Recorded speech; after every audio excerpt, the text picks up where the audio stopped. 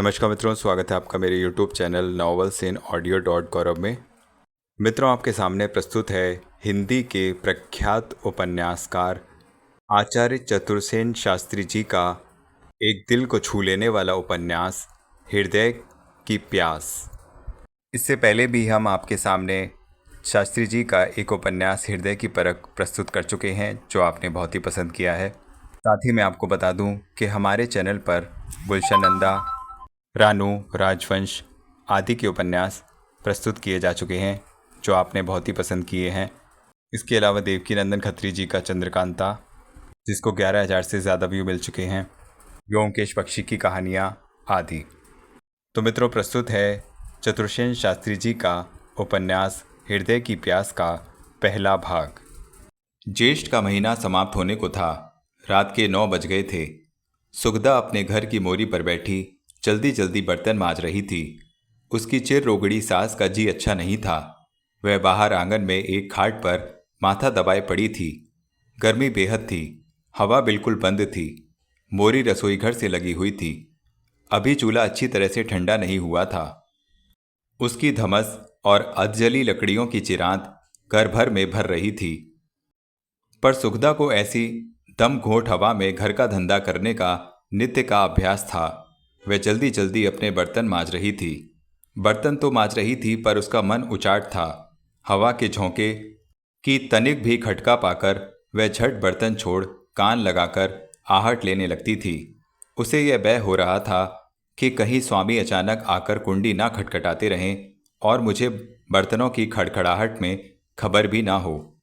एकाएक जूतों की खटखटाहट सुनकर सुगदा अपना धंधा छोड़कर राग भरे हाथों ही से द्वार की कुंडी खोलने को लपकी। द्वार खोलकर उसने दिए के धुंधले प्रकाश में देखा, स्वामी ही हैं, और उनका चेहरा आज भी प्रसन्न नहीं है। उसने हंसकर कहा, यह क्या, आज अभी से दुकान बंद कर दी? सुगदा के पति का नाम प्रवीण चंद्र था। उन्होंने देखा, घर मलिनता की मूर्ति हो रहा है। चारों तरफ धुएं से बिल्कुल रंगी हुई दीवारों के घेरे में धुंधला दिया टिमटिमा रहा है।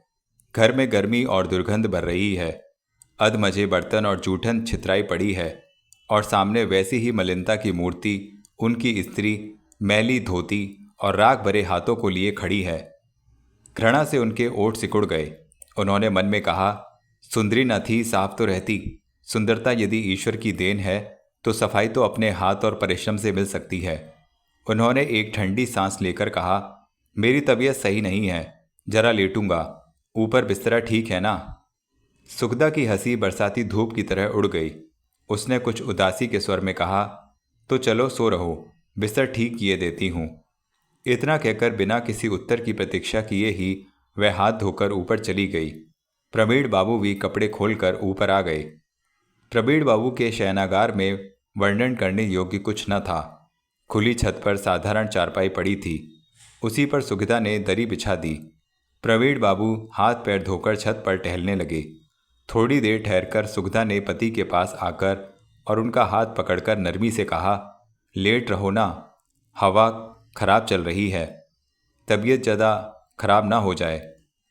प्रवीण ने उसकी तरफ बिना देखे ही जरा गर्म स्वर में कहा, तुम जाकर अपने धंधे से निपटो, मैं लेट जाऊंगा। सुगदा ने अत्यंत अनुनय के स्वर में कहा, तो तुम्हारा जी कैसा हो रहा है? ऐसे क्यों हो रहे हो? प्रवीण ने झुंझलाकर कहा, कैसे हो रहा हूँ? बेकायदा बात तंग मत किया करो। मर्द की 100 तरह की फिक्र होती है, क्या क्या तुम्हें बताया करूँ? तुम अपने चौके बर्तन से निपट जाओ ना। व्यर्थ खड़ी यहाँ क्या कर रही हो? सुगदा का मुंह सूख गया। वह अत्यंत उदास और दुख भरी दृष्टि से चुपचाप पति की ओर देखने लगी। इस दृष्टि से प्रवीण के हृदय पर चोट लगी। कुछ नरम बनकर कहा, तुम क्या समझती हो कि मुझे हैजा हो गया है? यूं ही इधर उधर की चिंता और गर्मी से जी घबरा गया है। पर तुम्हें न जाने कैसी बीमारी है कि जरा सी बात का बतंगड़ करके सवालों की झड़ी बांध देती हो। सुगदा इतना सुनकर भी चुपचाप खड़ी रही। हाँ, उसकी आंखें स्वामी के मुख पर से खिसककर उनके पैरों पर आ गिरी थीं। प्रवीण ने फिर कहा, जाओ ना, काम धंधों से निपट जाओ। तुम्हें आधी रात तक मक्खी भिनकाने की बुरी आदत पड़ गई है। हजार कहो पर असर कुछ नहीं होता। अब सुगदा धीरे से चल दी, पर प्रवीण ने देखा उसकी आंखों से आंसू टपक रहे हैं। उन्होंने लपककर अपनी स्त्री का हाथ पकड़कर कहा, यह क्या, तुम्हारे आंसू भी ऊपर रखे रहते हैं। और वे भी कुछ कहना चाहते थे, पर सुगदा एकदम फूट फूट कर रो उठी। प्रवीण बाबू से कुछ भी सांत्वना देते न बन पड़ी। वे चुपचाप खड़े खड़े उस अपमानिता का रोना देखने लगे। अब प्रवीण बाबू की सहृदयता जागी। वे भीतर ही भीतर अपनी क्रूरता को धिक्कार देने लगे। एक व्यथा धीरे धीरे उनके मन को व्याकुल करने लगी। वे सोचने लगे, यह सत्य है कि सुगदा सुंदरी नहीं है, पर केवल इसलिए क्या इसका ऐसा निर्दय तिरस्कार करना उचित है? फिर इसका सा सुंदर हृदय कितनी स्त्रियों का है। इसकी इतनी विनय, परिश्रम, सहनशीलता और प्रेम तथा भक्ति सब मिलाकर भी क्या इतना मूल्य नहीं रखते कि यह पति का प्यार न सही आदर तो पा सके? यह सोचकर वे मन ही मन खिन्न होकर स्त्री की ओर अपराधी की तरह देखने लगे। इस बीच सुगदा खूब रो चुकी थी, पर जब उसने देखा कि पति की उस पर तनिक भी ममता नहीं है, एक आध मीठी बात कहकर प्यार करना तो एक और रहा, उन्होंने उसे साधारण ढाढ़स देकर भी नहीं समझाया, उल्टे घूर घूर कर ताक रहे हैं, तब वह कांपती हुई एक लंबी सांस लेकर नीचे कुचल दी। उस सांस में जो हृदय के अपमान और घोर अवहेलना की विषम वेदना भर रही थी, वह प्रवीण के हृदय पर गोली की तरह लगी। उन्होंने सीढ़ी पर पैर रखती हुई सुगदा का आंचल पकड़कर कहा, जरा ठहरो, जाती कहाँ हो? सुगदा पति की बात सुनने को ठहर गई, पर न उसने पीछे फिरकर स्वामी की ओर न एक शब्द मुंह से निकाला। फिर जब वे बिल्कुल चुप रहे तो वह फिर चल दी। प्रवीण ने बाधा देकर कहा, फिर वही, अजी जरा ठहरो ना। सुगदा ने धीमे स्वर में कहा, कहो न, क्या काम है, मैं जाती हूँ। अब उसके नेत्र सूखे हुए थे। प्रवीण ने उसका हाथ पकड़कर कहा, मेरे पास तुम्हारा जी नहीं लगता, क्यों, नीचे जाने की बड़ी जल्दी है? सुगदा चुपचाप खड़ी रही। प्रवीण फिर बोले, अब बोलने की कसम है? सुगदा अब भी चुप। प्रवीण ने कहा, बोलेगी नहीं? सुगदा ने कहा, बोलती तो हूँ। प्रवीण बोले, क्या? सुगदा फिर चुप हो गई। प्रवीण बोले, लो, फिर वही गूंगी। सुगदा बोली, तो कुछ कहो भी। प्रवीण बोला, कहता तो हूँ, तुम्हारा जी क्या मेरे पास बिल्कुल नहीं लगता, जो पिंड छुड़ाकर भागती हो? सुगदा चुप रही। प्रवीण बोले, फिर चुप्पी। सुगदा ने जरा करारे स्वर में कहा, नीचे काम पड़ा हुआ है, अम्मा जी का जी अच्छा नहीं है। इतना कहकर सुगदा फिर नीचे चलने लगी। प्रवीण बाबू ने आंचल पकड़ा ही था, इतने में भगवती प्रसाद ने सामने आकर हंसते हंसते कहा, प्रवीण भैया, तुम यहाँ अंधेरे में भाभी से क्या गपड़ चौथ कर रहे हो? चलो, माताजी ने तुमको बुलाया है। सुगदा धीरे से नीचे चली गई। प्रवीण ने जरा झेंपकर भगवती की ओर देखकर कहा, अभी? भगवती ने कहा, अभी नहीं तो कब? तुम तो दिन छिपे से ही रोगी की तरह खाट पर आ गिरे। चलो उठो। इतना कहकर उसने खूंटी पर से कोट उठाकर प्रवीण के गले में डाल दिया। प्रवीण ने उसके उत्साह और प्रसन्नता को ठंडी दृष्टि से देखते हुए कुछ धीरे से कहा, भगवती, देखता हूँ गौने का उत्साह तुम्हारी रग रग में भर रहा है। भगवती ने छलकते हुए उछाल से कहा, क्यों, क्या तुमसे नहीं सहा जाता? तुम क्या कभी ऐसे नहीं हुए थे? प्रवीण बात को पी गए। उन्होंने जरा गंभीरता से कहा, तो अभी तो 15 दिन पड़े हैं। कहाँ, आज ही तो चिट्ठी आई है, परसों ही चलना होगा। प्रवीण ने कहा, हैं, परसों? वही तो, चलो उठो, सारा काम अभी करने को पड़ा है। उठो, अहदी की तरह पड़े हो। इतना कहकर उसने प्रवीण का हाथ पकड़कर उठा लिया। प्रवीण ने एक अतृप्त दृष्टि मित्र के खिले हुए मुख पर डाली और धीरे धीरे सीढ़ियों से उतरकर भगवती के घर को रवाना हुए। चांदनी छिटक रही थी और सुख स्पर्श वायु बह रही थी। भगवती छत के ऊपर पलंग पर पड़ा था। छत पर छिड़काव हो गया था और बहू अपने हाथ का बुना हुआ तौलियों का पंखा लिए खड़ी हवा कर रही थी। इस एकांत में भी घूंघट उसके मुख पर पड़ा था। भगवती ने प्रेम भरी चितवन से अपनी नवोड़ा स्त्री को देखते हुए कहा, ऊपर का चांद तो निकल आया है, नीचे का बादलों में ही छिपा रहेगा। बहू ने कुछ जवाब नहीं दिया। वह जरा सिकुड़कर उसी तरह पंखा चलती रही। भगवती ने देखा, उस बारीक घूंघट के भीतर मंद मुस्कान छा गई है। उसने पंखे की झालर पकड़कर अपनी ओर खींच ली।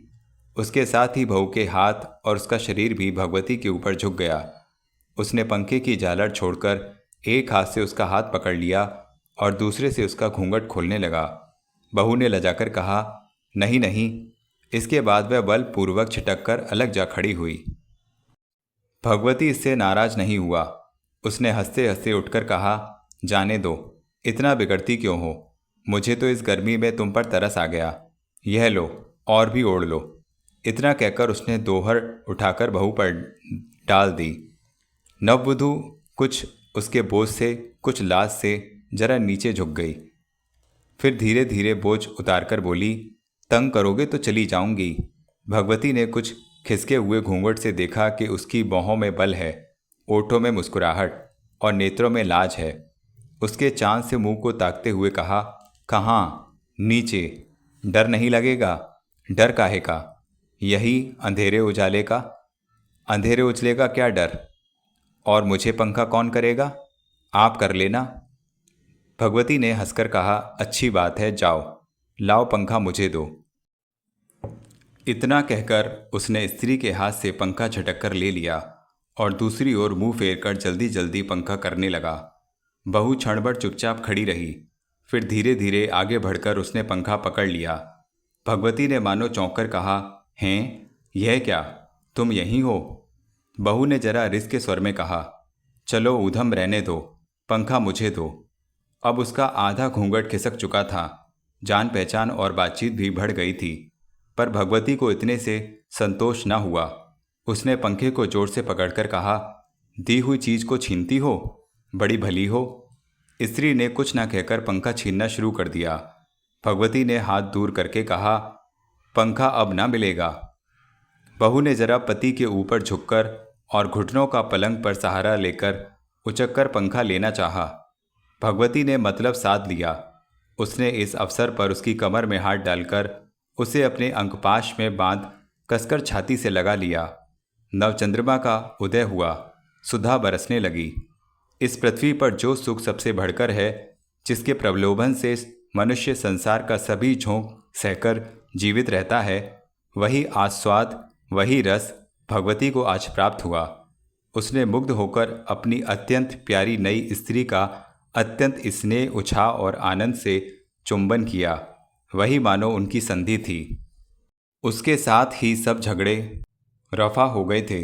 फिर किसी ने पंखे के लिए इतना झगड़ा करते दोनों को नहीं देखा। प्रातःकाल का समय था।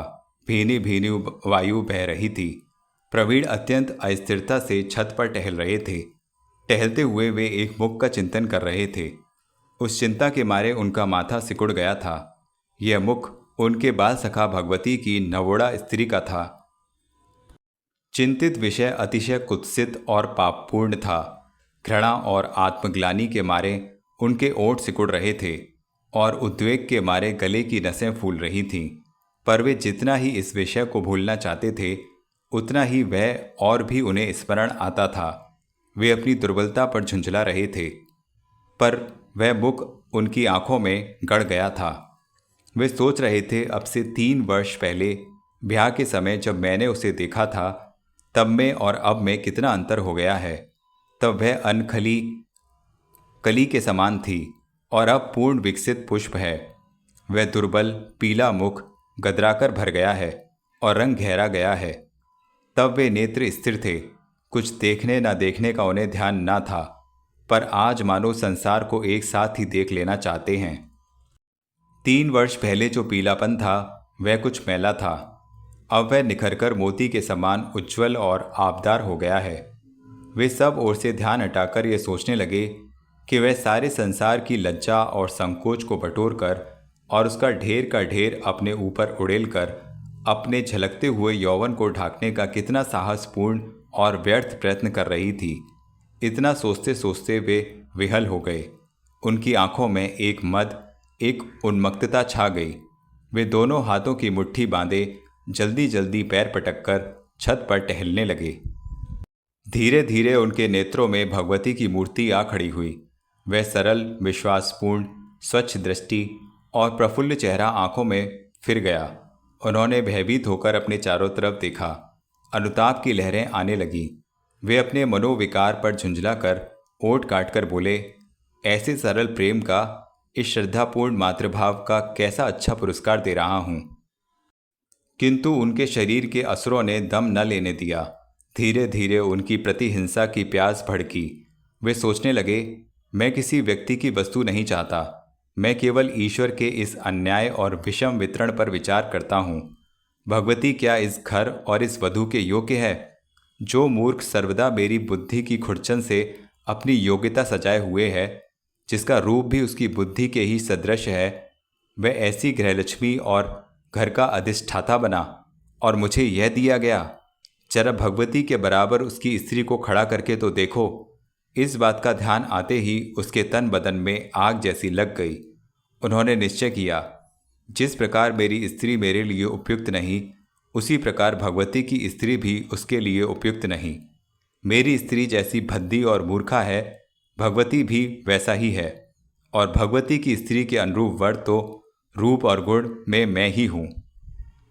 इतना सोचकर उन्होंने अघाकर सांस ली, मानो उनका परिश्रम सफल हो चुका था, समस्या हल हो चुकी थी। पर चाहे कितने ही अभिन्न हों, एक दूसरे पर सर्वस्व बांटते हों, फिर भी वे स्त्री बदलौवल तो नहीं कर सकते। भगवती की स्त्री तो खैर उसके लिए भगवान की दुर्लभ भेंट थी, किंतु प्रवीण बाबू भी, जो अपनी स्त्री से इतने विरक्त थे, किसी सुंदरी स्त्री के बदले में उसे किसी पुरुष को नहीं दे सकते थे। उन्होंने मोहांध होकर इतना तो सोच लिया कि दोनों पात्र दोनों के लिए सर्वथा अनुपयुक्त हैं, पर इतना ना सोचा कि दोनों स्त्रियां दोनों घरों और स्थितियों के लिए सर्वथा उपयुक्त थीं।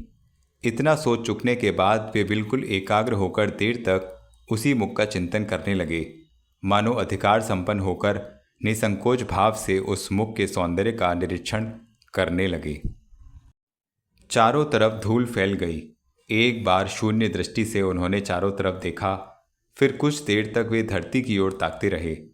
इसके बाद एक लंबी सांस लेकर कांपते स्वर में बोले, देख पराई चूप री, मत ललचावे जी, रूखी सूखी खाए के ठंडा पानी पी। इसके बाद एक और दीर्घ निश्वास फेंककर वे खड़े हुए और कपड़े पहनकर दुकान जाने की तैयारियां करने लगे।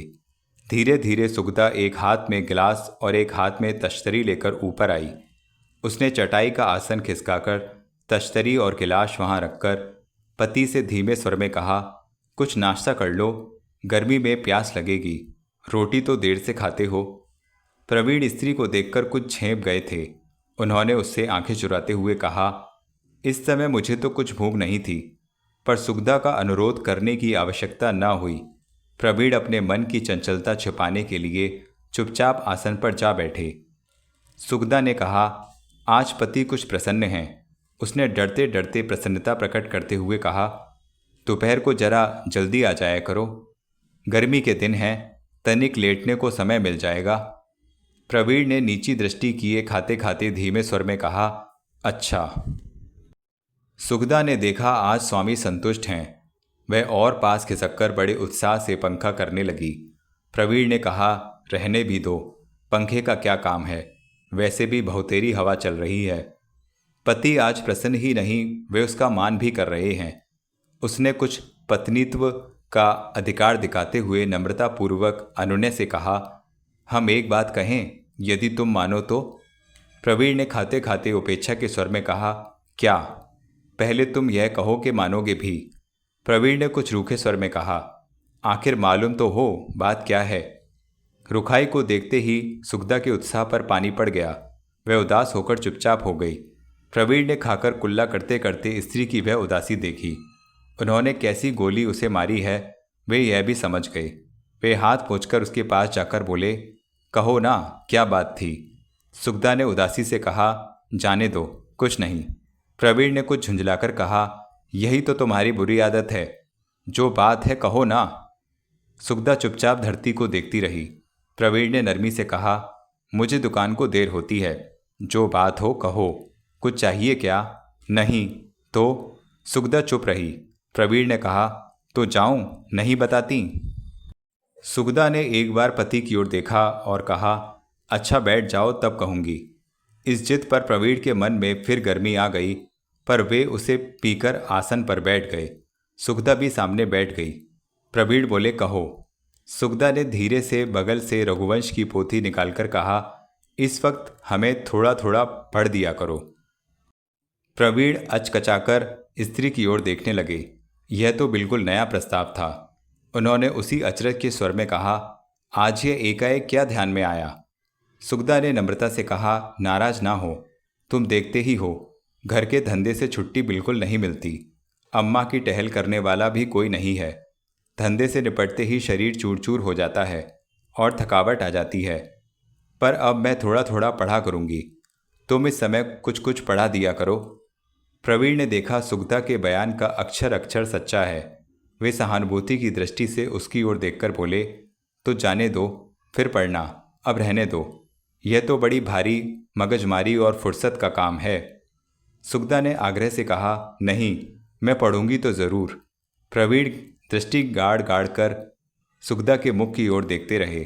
फिर उन्होंने उठते उठते कहा, जाने भी दो, किस झगड़े में पड़ती हो। सुगदा ने उनका पैर पकड़कर विनती करके कहा, बहुत नहीं तो एक ही श्लोक रोज बता दिया करो। प्रवीण ने कहा, पर तुम्हारा तो उच्चारण बड़ा अशुद्ध है, तुम्हारी तो जीभ ही नहीं लौटती। सुगदा झेप गई, पर उसने कहा, मैं थोड़ा थोड़ा पढ़ूंगी और उसे बार बार याद करूंगी, तब तो ठीक होगा। प्रवीण ने विवश होकर कहा, बोलो, कौन सा श्लोक पढ़ना है? सुगदा ने पोथी खोलकर श्लोक पढ़ा। प्रकरण और विषय को देखते ही प्रवीण मस्त हो गए। उनके नेत्रों में नूर आ गया। वे चौड़ा सीना करके उसी श्लोक को मृदु मधुर स्वर से मंद मंद अल्पाने लगे। स्वामी का वह स्वर, वह मस्ती, वह उत्फुल्लता देखकर सुगदा की आंखों में नशा सा छा गया। वह झटपट उसका अर्थ जानने की उतावली करने लगी। प्रवीण ने पदच्छेद, अन्वय और व्याख्या करनी शुरू की। व्याकरण के मार्ग बताए। सुगदा को जहाँ तहाँ भाव की एक आध धारा मिल ली थी तो वह इन व्याकरण और कोश के लट्ठों से टकराकर छितरा जाती। प्रवीण उत्तेजित होकर अक्षर अक्षर में से बाल की खाल निकालने लगे और सुगदा उनके मुख से निकले हुए कभी इस शब्द को और कभी उस शब्द को पकड़कर कंठस्थ करने की चेष्टा करने लगी। व्याख्या समाप्त होते ही प्रवीण ने एक विजेता की दृष्टि सुगदा पर डालकर कहा, समझी? सुगदा ने सकपकाकर धीरे से कहा, हाँ। प्रवीण ने तुरंत पूछा, बताओ तो, इस श्लोक में अलंकार क्या है? सुगदा की आंखों में पोथी के अक्षर नाचने लगे। वह दबे गले से घबराती हुई बोली, अलंकार? प्रवीण ने तीक्ष्ण स्वर में कहा, हाँ हाँ, अलंकार। अभी तो बताया था, कुछ ध्यान नहीं रहा। सुगदा श्लोक की दुसह भाषा को उससे भी दुसह बीहड़ उसकी टीका को जल्दी जल्दी बाँचने लगी। शायद अलंकार कहीं लिखा मिल जाए। काव्यामृत के आस्वादन से प्रवीण चंद के मन में जो रसिकता आ गई थी वह धीरे धीरे उड़ने लगी। उन्होंने रोष भरी दृष्टि से स्त्री की ओर ताककर कहा, पत्थर की तरह चुप मत बैठो, जवाब दो। समझ में नहीं आया हो तो बोल दो। सुगदा को यह कहने का साहस ना हुआ कि जिस बात को उसके पति ने इतने परिश्रम से समझाया है उसे वह समझी ही नहीं। उसने धीरे धीरे दृष्टि चुराकर पति की ओर देख लिया। देखा वे उसे ही ज्वाला में नेत्रों से घूर रहे हैं। उसने धीरे से टूटे शब्दों में कहा, अलंकार? अलंकार तो कहीं नहीं दीख पड़ता। प्रवीण झल्ला उठे। उनका काव्य रस झुलस गया। उन्होंने पुस्तक पटककर कहा, तुम्हारी जैसी अभाग्नी को अलंकार प्राप्त होगा? इतना कहकर आसन से उठकर टहलने लगे और फिर बड़े बेग से सीढ़ी उतरते हुए घर से बाहर निकल गए। प्रवीण बाबू आपे से बाहर होकर झपटते हुए जा रहे थे। कहाँ, इसका उन्हें कुछ विचार न था। उनकी दुकान का मार्ग पीछे रह गया। वे आगे बढ़े चले गए। भगवती के घर पर आकर उनके पैर आप ही ठिठक गए। वहाँ रुककर घर की ऊपर से नीचे तक देखा और चकित की तरह इधर उधर देखकर कुछ सुध में आए। उन्होंने सोचा, यहाँ कैसे आ गया? क्या यहाँ आने का इरादा था? नहीं तो दुकान को जा रहा था। किसी ने मन के भीतर से कहा, झूठ बात है, तुम दुकान को नहीं जा रहे थे। उन्होंने विचार कर देखा, सचमुच मैं दुकान को जा रहा था। तब उन्होंने यह भी निश्चय किया कि मैं यहाँ भी नहीं आ रहा था। वे अभी तक अपने भीतर उस अज्ञात आसुरी प्रकृति से अनजान थे। उन्होंने विचारा, आ गया हूँ तो क्या कोई नई बात है? यहाँ क्या कभी आया नहीं? आज इतनी झिझक क्यों? यह मकान भी क्या मेरा नहीं है? इसी समय उसी आसुरी प्रकृति ने उनके मन में उठकर उनके कान में कहा, भीतर चलो ना। यह क्या संभव नहीं है कि एक दृष्टि उस सौंदर्य पर भी पड़ जाए? यह बात उनके भीतर से बहुत ही धीरे से उठी, पर वे उससे चौंक पड़े। उनकी आत्मा तिलमिला उठी, हृदय झुलस गया। एक भावना की लहर रोम रोम में रम गई। उस पर स्पष्ट लिखा हुआ था, पापिष्ट, क्या यह तेरे सोचने योग्य है? प्रवीण लज्जित होकर धीरे धीरे लौटे, पर 2-4 कदम से अधिक नहीं। उन्होंने पीछे फिरकर उस सुनसान गली में खड़े हो उस मकान की ओर देखा और लपक कर उसमें घुस गए। घर के भीतर वृद्धा बैठी तुलसी के थाले को लीप रही थी। प्रवीण ने आकर अवनत होकर उसे प्रणाम किया। वृद्धा ने लीपना छोड़ हंसकर कहा, अरे प्रवीण है क्या? कहाँ था तू? कई दिन से सूरत भी नहीं दिखाई। भगवती को एकदम भूल गया। प्रवीण ने सावधानी से घर के चारों ओर एक दृष्टि डालकर कहा, और भगवती ने मानो मेरे बिना खाना पीना ही छोड़ दिया है कहाँ वह? इतना कहकर एक बार उन्होंने अच्छी तरह घर की कोठरी कोठरी में भेदनी दृष्टि डाल दी। वृद्धा बोली, चल रहने भी दे। तेरे जैसा भी कोई हंसोड़ होगा, तुझसे इतना भी तो ना हुआ कि ससुराल की मिठाई खा जाता। बहू कई बार पूछ चुकी है। चल भीतर बैठ, मैं हाथ धोकर आती हूँ। प्रवीण के मन में आवेश भर गया था। वे मन को ना संभालकर भीतर को चल दिए। भीतर जाकर देखा, बहू रसोई घर के एक कोने में बैठी बैठी दूध छान रही है। प्रवीण उधर से मुंह फेर भीतर जाने लगे, पर जाया ना गया। वे दबे पैर लौटकर रसोई के झरोके से झांकने लगे। वही मुख था, वही मोती सा रंग था, वही रस भरी आंखें थीं। उसके बाल बिखर रहे थे। वे नीची दृष्टि किए छन्ने से दूध छान रही थी। प्रवीण मन भरकर उसे देख न सके। उनकी आत्मा ने धिक्कारा। उन्होंने मन में प्रतिज्ञा की कि चाहे जो हो, अब उसे नहीं देखूंगा। इतने ही में उन्हें प्रतीत हुआ कोई कोठरी में आ रहा है। उन्होंने हाथों के बीच में सिर उठाते हुए मानो अपने उद्वेग को छुपाने के लिए हठातु प्रसन्नता से कहा, माँ। आगंतुक के मुख से भी स्पष्ट शब्द निकला, माँ। परंतु क्षण भर तक दोनों अवाक रह गए। प्रवीण ने देखा कि आने वाला माँ नहीं है, बहू है। बहू ने देखा घर के अंदर माँ नहीं है, प्रवीण है। प्रवीण अपनी अभी की हुई प्रतिज्ञा को भूल गए। बहू भी मुंह ढकना भूल गई। दोनों अवाक हो एक दूसरे को देखते रहे। प्रवीण ने सूखे कंठ से कठिनाई से कहा, माँ कहाँ है? मैं उन्हीं की प्रतीक्षा में बैठा हूँ। बहू को अब कुछ ज्ञान हुआ। वह धीरे से अपने वस्त्र को समेटकर लजीले नेत्रों से नीचे की ओर देखती हुई झटपट रसोई की ओर चली गई। प्रवीण की वृत्तियों में बहू के साक्षात से आग भड़क उठी। वे मन ही मन में सोचने लगे, भगवती के भाग्य में धन है और यह है, तब विद्या और रूप क्यों नहीं है? यदि मैं अपना रूप और गुण उसे दे डालूं, पर यह सब कैसे संभव है? इतने में ही वृद्धा ने भीतर प्रवेश करके कहा, कुछ चुराकर तो नहीं खा गया? प्रवीण सावधान होकर बोले, चुराने के लायक कुछ मिला ही नहीं, वही तो ढूंढ रहा हूँ। वृद्धा का मातृभाव जागृत हो उठा। उसने विचारा, प्रवीण भगवती की खोज में होगा। भगवती के सिवा उसे और क्या खोजना है? वह हंसकर बोली, जिसे खोजता है वह तो ऊपर सो रहा है। प्रवीण कुछ चौंकर बोले, अभी तक सो रहा है? सूरज सिर पर चढ़ आया और वह अभी सो रहा है? इतना कह वे ऊपर को चलने लगे। वृद्धा ने कहा, तू रहने भी दे, बहू जाकर उसे जगा देगी। बहू जा उसे जगा दे। प्रवीण ने जरा हंसी में कहा, बहू ने क्या उसे जगाने का ठेका ले रखा है? वह तो उसे और सिखाकर सुला आई है। बहू के आने से पहले तो भगवती कभी इतनी देर तक नहीं सोता था। वृद्धा के हृदय में एक प्राचीन स्मृति जागृत हो गई। वह मन में हंसने और प्रसन्न होने लगी। बहू 2 कदम आगे बढ़ी थी, वहीं ठहर गई। प्रवीण को मालूम हुआ कि रस भरी युवती बहू उनकी ओर प्रेम भाव से देख रही है। वे ऊपर चढ़ गए। देखा तो गुदगुदे गद्दे के पलंग पर भगवती सुख की नींद सो रहा था। उसके ओठों पर मधुर मुस्कान रम रही थी, मानो वह कोई मधुर स्वप्न देख रहा हो। बिछौने पर मसले और मुरझाए हुए फूल पड़े थे। पास ही तिपाई पर सुराही धरी थी। पलंग के सिरहाने की और नीचे एक थाल में मिठाई की चूर चार रखी थी। प्रवीण ने एक ठंडी सांस ली। वे 2 कदम आगे बढ़कर पलंग के पास आए और भगवती के सिर के पास बैठकर उसके बाल संवारने लगे। भगवती कुछ जागा, पर उसकी निद्रा पूरी नहीं हुई थी। उसने करवट लेकर प्रवीण की ओर देखा। प्रवीण ने कहा, भगवती, रात को इतना अधिक क्यों जागता है कि तमाम दिन सोना पड़ता है। भगवती ने अर्ध निद्रा में प्रवीण की बात सुनी। उसकी आंखों में प्रेम और नींद की मस्ती छाई हुई थी।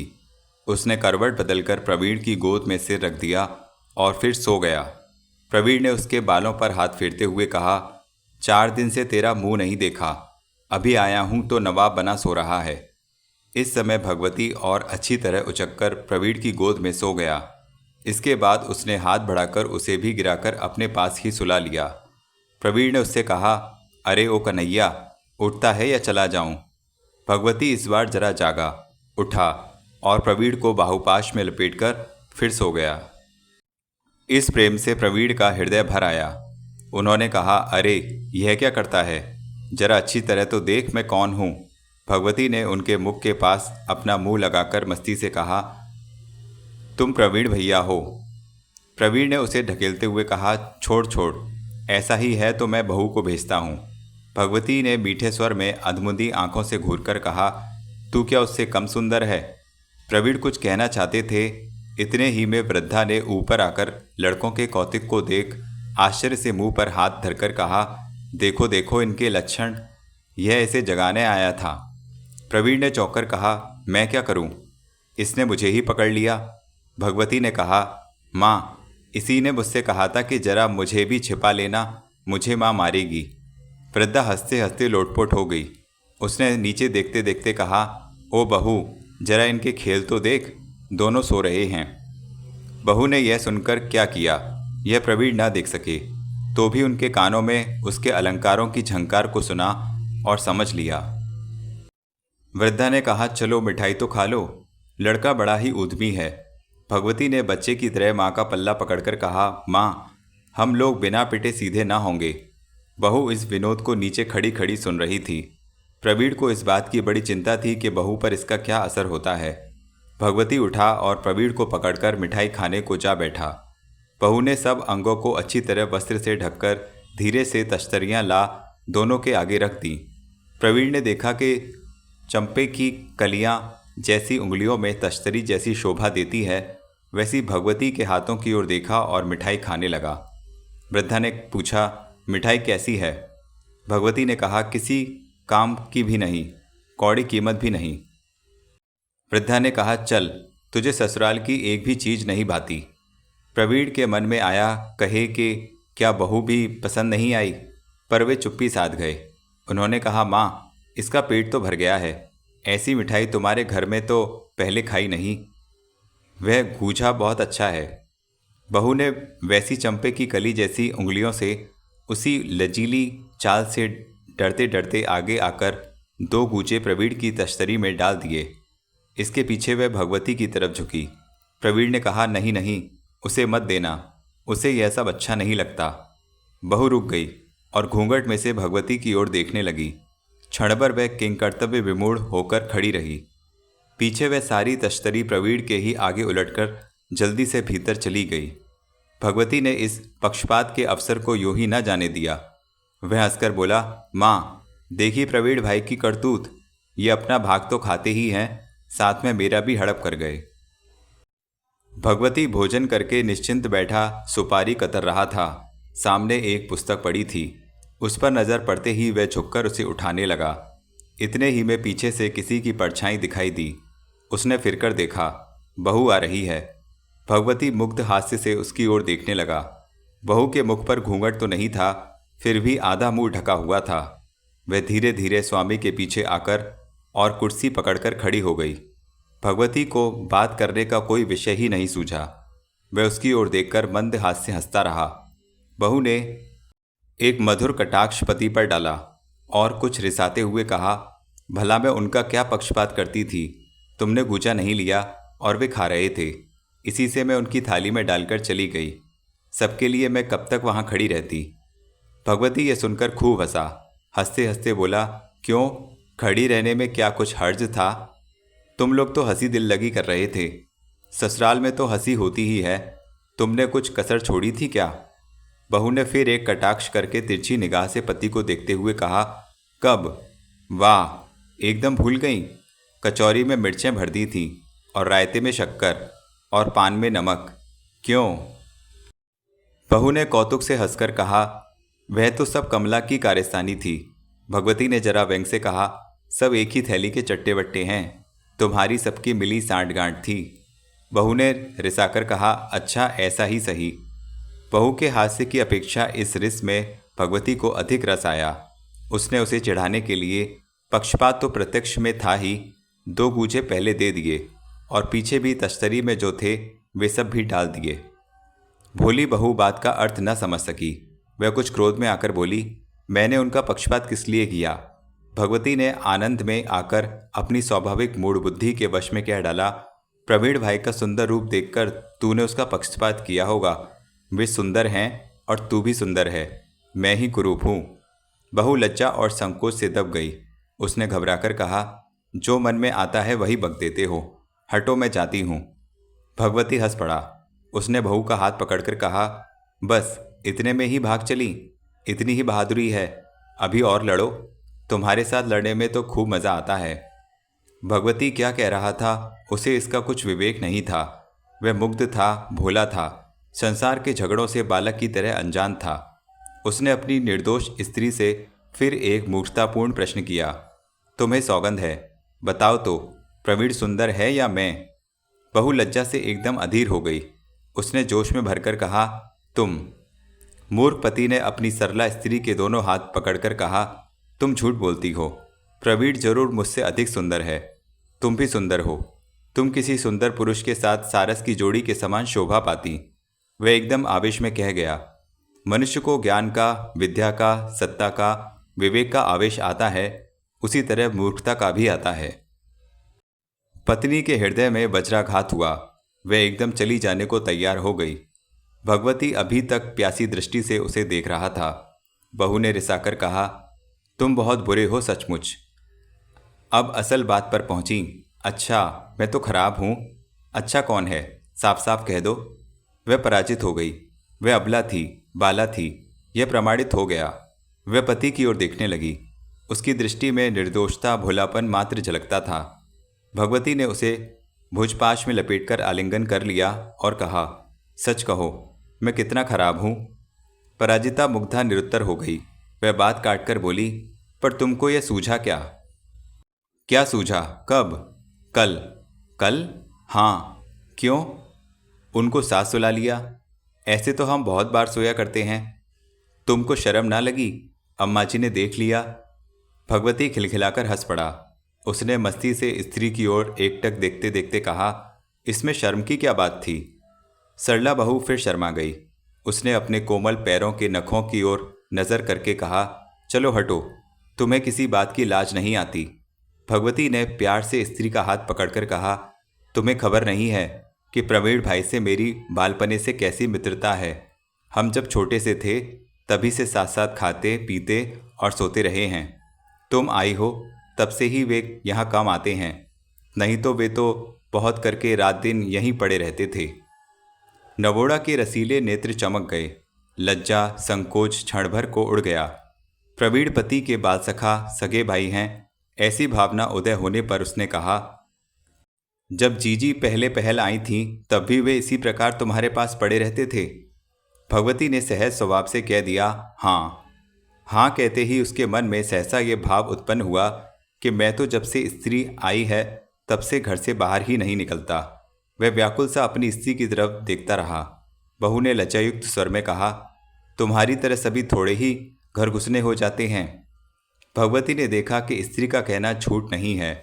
वह विचारने लगा कि प्रवीण अपने मन में क्या कहते होंगे।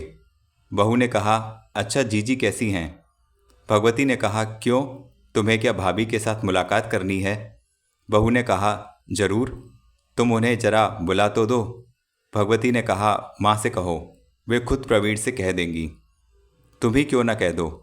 भगवती खूब हंसा। उसने कहा, यह अच्छी दिल लगी रही, तुम्हारी बात माँ से मैं पूछूं और मेरी तुम। बहू ने कहा, अच्छा एक काम करो, पहले तुम उन्हें बुला लो, पीछे एक दिन मैं चली जाऊंगी।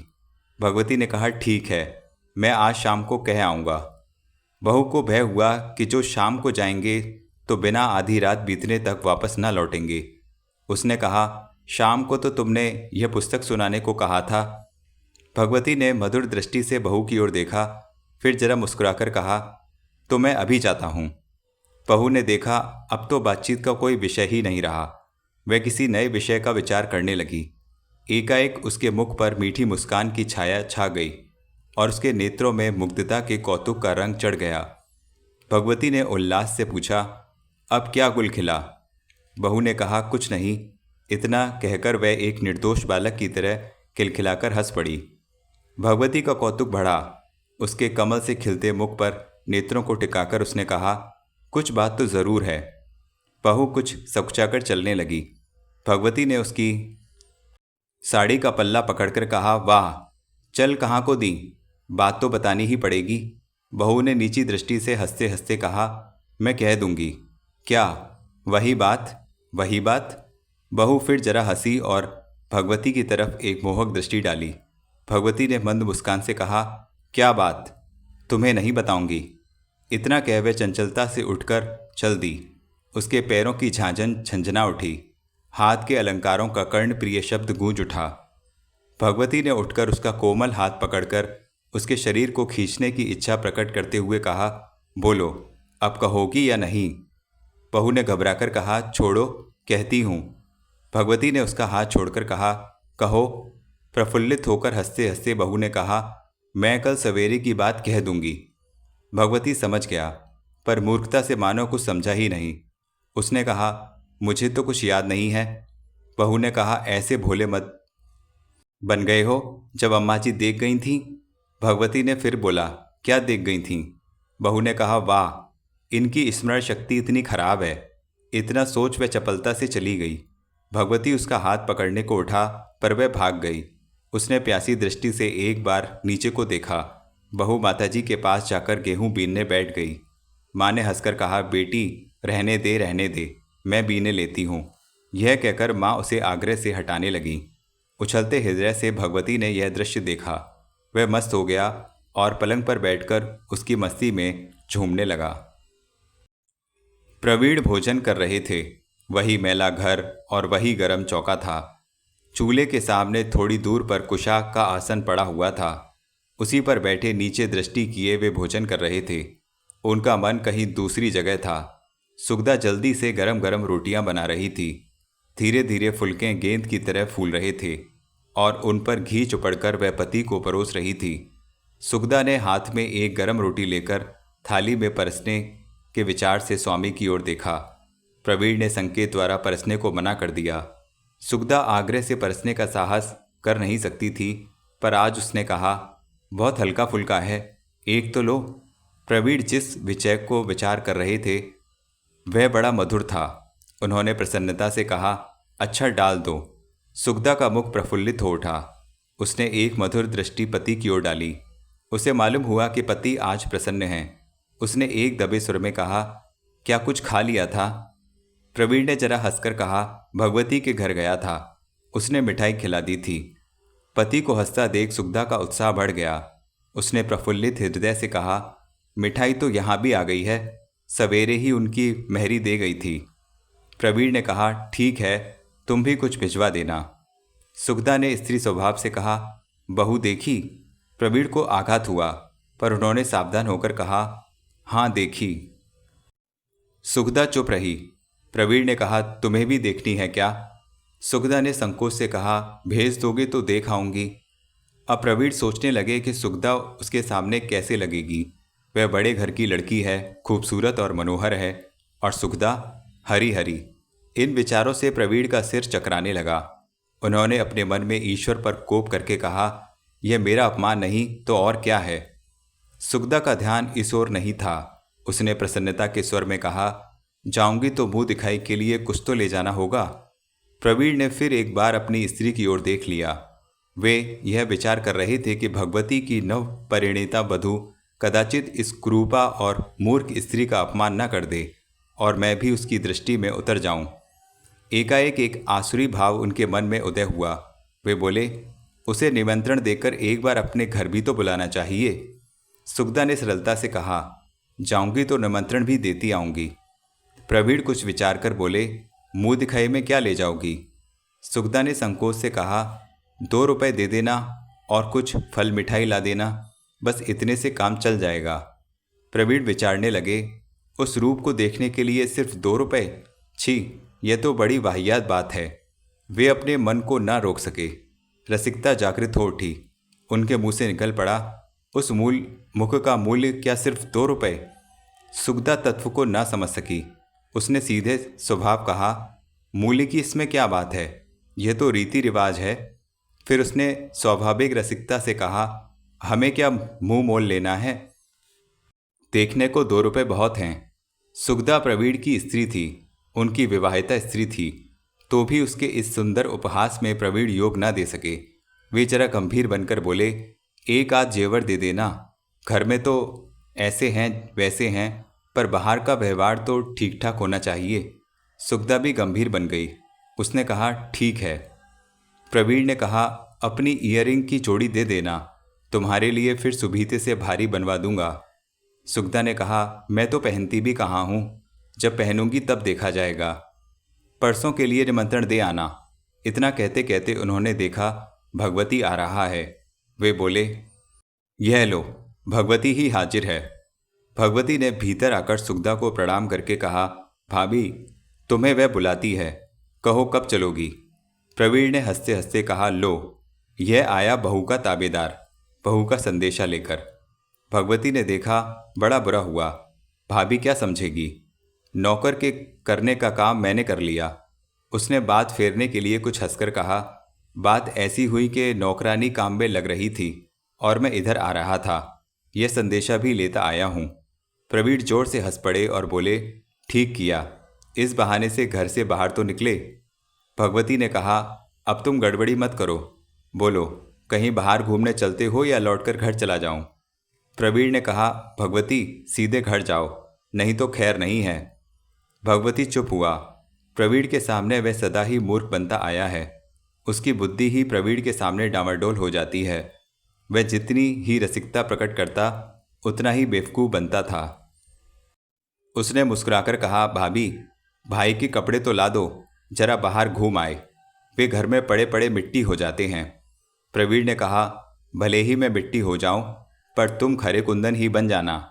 इसके बाद दोनों मित्र घूमने निकल गए। दोनों मित्र नगर से बाहर निकल आए।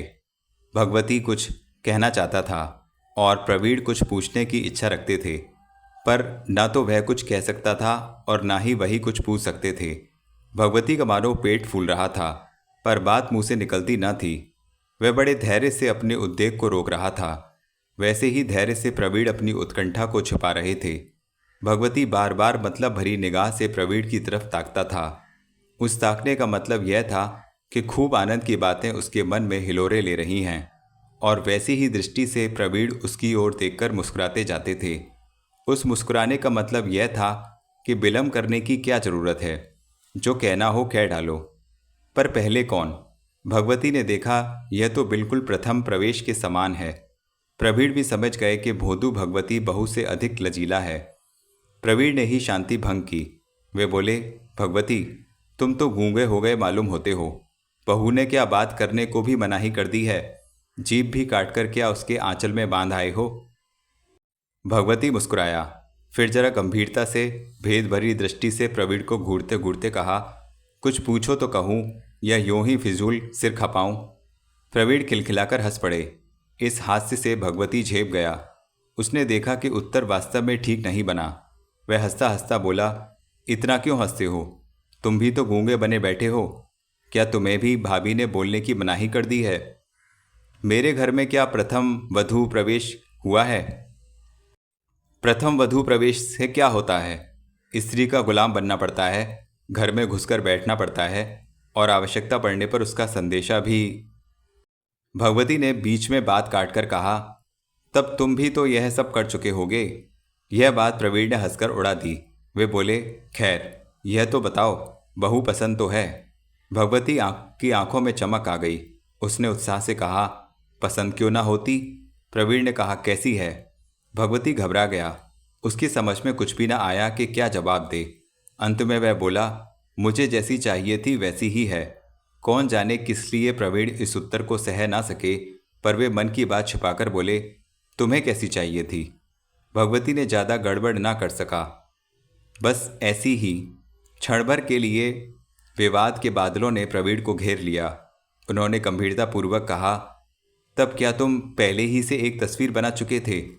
भगवती ने कौतूहल से कहा, नहीं तो। तब? तब क्या? तब तुम यह कैसे कह सकते हो कि तुम ऐसी ही बहू की इच्छा रखते हो? भगवती ने कहा, मुझे वह बहुत पसंद है और वह भी मुझे बहुत चाहती है। भाई, बिना जान पहचान के 10-5 ही दिन में इतना प्यार कोई कर सकता है, यह तो मैं जानता ही ना था। प्रवीण ने देखा मित्र मूर्ख बिल्कुल मुग्ध हो रहा है। यह भी देखा वैसे सरल और शुद्ध हृदय के आदमी कम मिलते हैं। उन्होंने ललचीली दृष्टि से भगवती को देखकर कहा, भगवती, यह प्यार तुम्हें बहुत भाया है, क्यों? भगवती ने उतावली से कहा, उसके सामने सब कुछ तुच्छ है। हाय हाय, वह तो एकदम गर्मा गर्म है। प्रवीण में अधिक बात करने की सामर्थ्य नहीं रही। उन्होंने यथासाध्य हंसी के ढंग से कहा, तब ज़्यादा देर करने में कुशल नहीं है। देर होने से प्यार ठंडा पड़ जाएगा। चलो घर लौट चलो। भगवती झट राजी हो गया। प्रवीण ने बातचीत बंद कर दी। भगवती ने कुछ झिझककर पूछा, भाई सच कहना, तुम्हें भी क्या भाभी से इतना ही सुख मिलता है? प्रवीण के हृदय में तीर सा लगा। वे बोले, भगवती, यह तुम किस लिए पूछते हो? भगवती ने सरल भाव से कहा, सिर्फ इसलिए कि तुम बहुत दुष्ट हो। तुमने कभी मुझसे यह बात ना कही। उस सुख की मुझे कभी झांकी भी ना कराई। प्रवीण ने एक मंद हाथ से हंसकर कहा, भगवती, स्त्री का सुख तो चूर के लड्डू हैं, खाए तो पछताए, ना खाए तो पछताए। भगवती उदास होकर बोला, समझ गया, भाभी से तुम्हें सुख नहीं मिला, तो क्या भाभी तुम्हें प्यार नहीं करती? प्रवीण अपने भावों को छिपाने में सर्वथा असमर्थ होकर बोले, तुम्हारी भाभी मुझे जितना चाहती हैं, उतना कोई बिरला ही स्त्री अपने पति को चाहती होगी। भगवती ने कहा, तब क्या तुम उन्हें नहीं चाहते? भगवती, इस प्रश्न का उत्तर देना कठिन है। भगवती ने विस्मित होकर पूछा, यह तुम क्या कहते हो? प्रवीण बहुत उदास हो गए। भगवती के बहुत आग्रह करने पर वे बोले, आज तक कभी मैंने इस विषय पर विचार ही नहीं किया। भगवती कुछ देर तक उनके मुख की तरफ ताकता रहा, फिर उनका हाथ पकड़कर बोला, यह तो बड़ी विचित्र बात है। भाभी तुम्हें इतना चाहती हैं और तुम्हें इतनी भी खबर नहीं कि तुम उन्हें प्यार करते भी हो या नहीं। प्रवीण ने देखा उनकी योग्यता फीकी पड़ रही है और मूर्ख भगवती उन्हें निरुत्तर कर रहा है। वे गंभीरता से बोले, भगवती, प्रत्येक मनुष्य पशु पक्षी के जीवन में यौवन के आरंभ में एक उमंग की मस्तानी लहर आती है। वह कभी मेरे जीवन में आई ही नहीं। नए स्त्री पुरुष में ब्याह के पीछे एक बहुत माधुर्य युक्त रसीला भाव कुछ दिन रहता है। मुझे वह भी नसीब नहीं हुआ।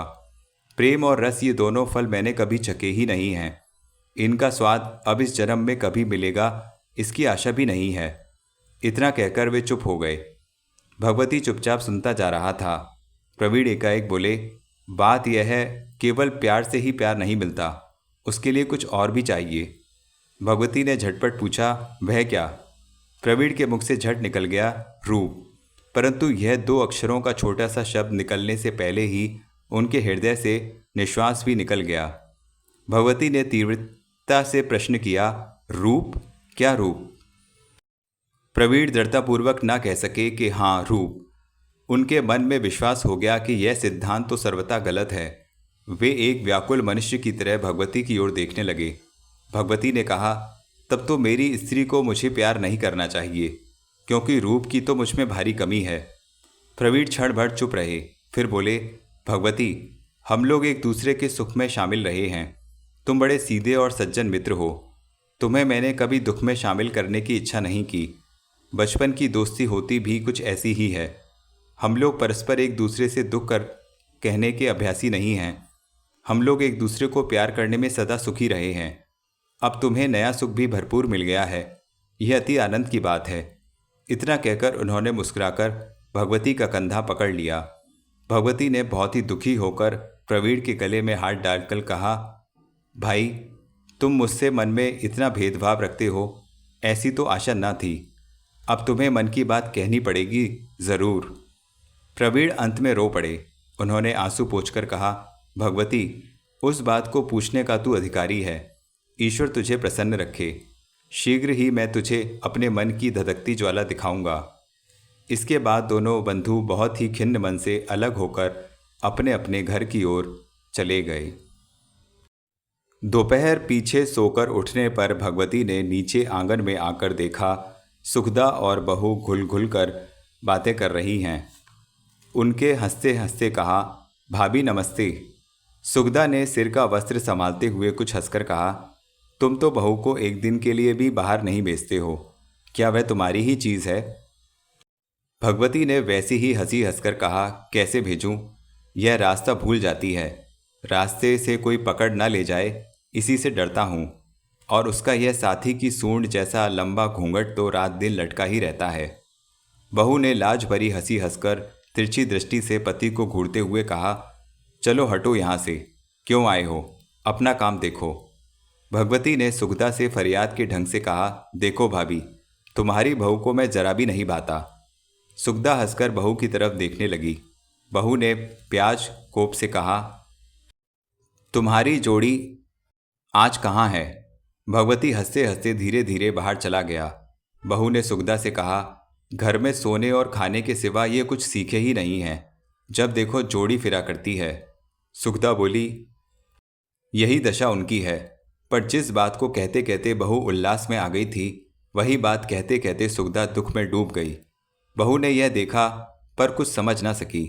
उस अबोध बाला को सब बातों का पूरा अनुभव ना था।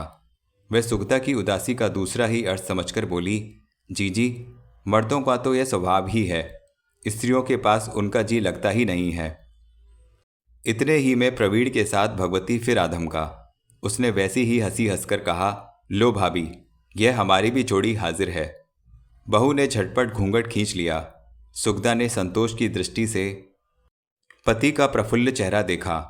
प्रवीण ने सबकी नज़र बचाकर बहू की एक झलक देखकर कहा, मामला क्या है? किस लिए यह गिरफ्तारी निकली है? बहू उठकर वहां से जाने लगी। सुखदा ने उसे रोककर प्रवीण से कहा, तुम लोग बाहर की बैठक में जाओ ना। प्रवीण ने पल भर के लिए बहू पर एक नज़र फेंककर ताने के स्वर में कहा, मैं क्या अपनी इच्छा से यहाँ आया हूँ? क्यों भगवती, क्या इसी तरह अपमान कराने के लिए घसीट लाया है? भगवती ने हंसकर कहा, भाभी द्वारा किए अपमान की बात तुम जानो, मुझे तो बहू का हुक्म था। प्रवीण ने कहा, खैर, तो मैं तुम्हारी भाभी द्वारा किया अपमान सह लूँगा, पर मैं नहीं चाहता कि तुम अपनी बहू की आज्ञा का उल्लंघन करो। इतना कहकर उन्होंने बहू के घूंघट में एक गहरी दृष्टि डाली। बहू ने उसे देख लिया। उसने घूंघट ही में से सुखदा को टहोहा मारकर कहा, उन्हें बैठने दो, तुम्हारा क्या बिगड़ता है? आज सुखदा पति को इतना प्रसन्न देखकर मग्न हो गई थी। वह हंस पड़ी। हंसते हंसते ही उसने कहा, ठीक है, फिर मैं दूसरे के घर से किसी को निकालने वाली कौन हूँ? भगवती ने कहा, यह बात सुलह की हुई है। बैठो ना प्रवीण भाई, घबराओ मत। अभी उसके पीहर की मिठाई की चूर चार पड़ी है, बैठे बैठे उसी का भोग लगा डालो।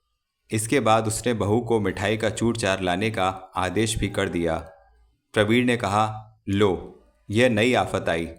चूर चार सब हमारे भाग्य में और तरमाल तुम चीरोगे। रहने दो बहू, मैं चूर चार नहीं खाता हूँ। सुखदा ने देखा कि यह तो स्वामी का सरासर अपमान है। वे क्या चूर चार खाने वाले हैं? वाह! उसने बहू का हाथ पकड़कर कहा, जाने दो, यह भी कोई खाने का वक्त है? बहू उठती उठती रुक गई। वह सुखदा की बगल में बैठ गई और धीरे धीरे उसके कान में बोली, जीजी, इन दोनों का जो आपस में विवाह हो जाता तो ठीक होता। प्रवीण के कान इधर ही थे। उन्होंने सुखदा से पूछा, बहू ने क्या कहा? सुखदा ने हंसते हंसते बहू का विचार कह सुनाया। प्रवीण मुस्कुराकर चुप हो गए, पर भगवती ने बीच में कहा, अच्छी बात है, हम आपस में ब्याह किए लेते हैं और तुम भी आपस में कर लो। बहू ने गर्दन सीधी करके कहा, किस लिए? भगवती ने कहा, भाभी की बिना गोरे आदमी के चलेगी नहीं और तुम्हें भी एक सांवला आदमी चाहिए। इतना कहकर भगवती इस तरह हंसा मानो कोई भारी चातुर्यपूर्ण उपहास किया हो। सुखदा अपनी कुरूपता की आलोचना सुनकर झेंप गई और प्रवीण के रूप से अपने रूप की तुलना सुनकर बहू के गाल लाल हो गए। उसने छिपी नज़र से एक बार प्रवीण को देखना चाहा, पर प्रवीण उसी की ओर देख रहे थे। बहू ने घबराकर नज़र नीची कर ली। बहू उठकर अंदर चलने लगी। सुगधा ने उसे पकड़ लिया। भगवती ने कहा, भागती क्यों हो? यह जोड़ी तो खराब नहीं है। क्यों भाभी, तुम्हारी क्या राय है? सुगधा के मुख से गहरी सांस निकली। उसने फीकी हंसी हंसकर कहा, अब इन बातों में क्या धरा है? जो हो गया है उसी पर संतोष करो। वह उलटफेर तो पुरुषों को ही शोभा देता है। इतना कहते कहते वह गंभीर हो गई। प्रवीण के कान खड़े हुए। वे विचारने लगे कि क्या इसके हृदय में मुझसे ब्याह करने का पछतावा है। उनके हृदय में अपमान जागृत हुआ। वे झट बोल उठे, अच्छी ही बात है कि पुरुषों को ब्याह के मामले में उलटफेर करने की स्वाधीनता मिली हुई है। यह व्यंग तीर की तरह सुगधा की छाती के पार हो गया। वह खिसियानी सी होकर धरती कुरेदने लगी।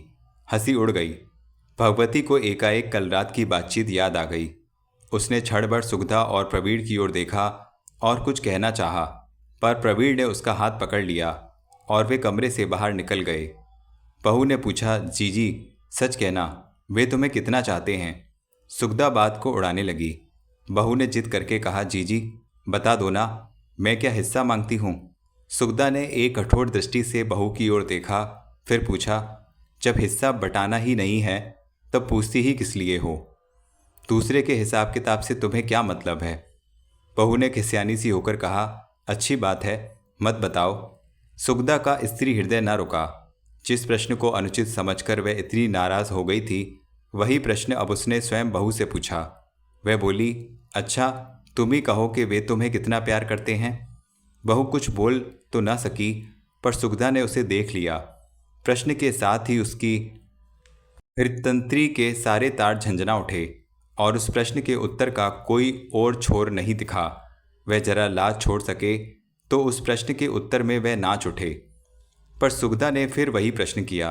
बहू बोली, देखती तो हो कि वे अपनी माँ को छोड़कर संसार में और किसी को जानते ही नहीं हैं। बहुओं को तो लोग मतलब के लिए प्यार करते हैं।